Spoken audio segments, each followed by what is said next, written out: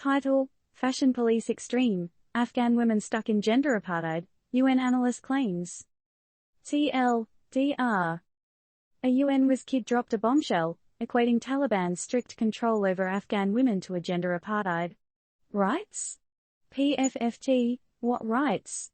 In the wild, wild west of Afghanistan, it seems like the ladies are fighting a losing battle with the de facto authorities.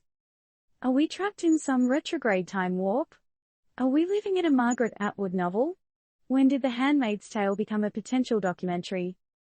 In a world filled with emojis, hashtags, TikToks, and AI everything, it seems almost ludicrous that we're still talking about basic human rights.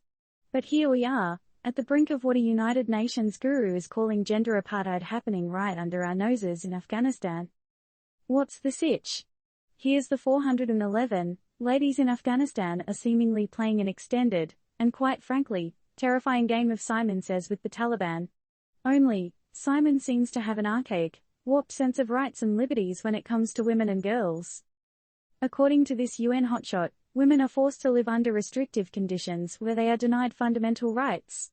Education, career opportunities, even the ability to leave their homes without a male escort, you name it, they're being denied it. So, this is the 21st century, right? Our girl at the UN isn't just sitting back and sipping her chai latte though. She's calling out this travesty for what it is, an outright human rights violation. Talk about dropping truth bombs. If you're reading this and thinking, well, that's rough, but it doesn't affect me, then whoa, hold up. Aren't we all a part of this global village? Shouldn't we all be sticking our noses in to sniff out such atrocities, demanding justice for our sisters halfway around the world? Now here's where it gets interesting. Remember the global outcry when the Taliban took over? The passionate pleas for women's rights? All that viral hashtag activism? What happened to all that energy? It's high time we turned that Twitter rage into some real action, don't you think? And before anyone starts with the it's their culture spill, let's get one thing straight. Oppression isn't culture. Discrimination isn't tradition. Women and girls being denied their fundamental rights is not a norm to be accepted, but a horror to be vehemently opposed.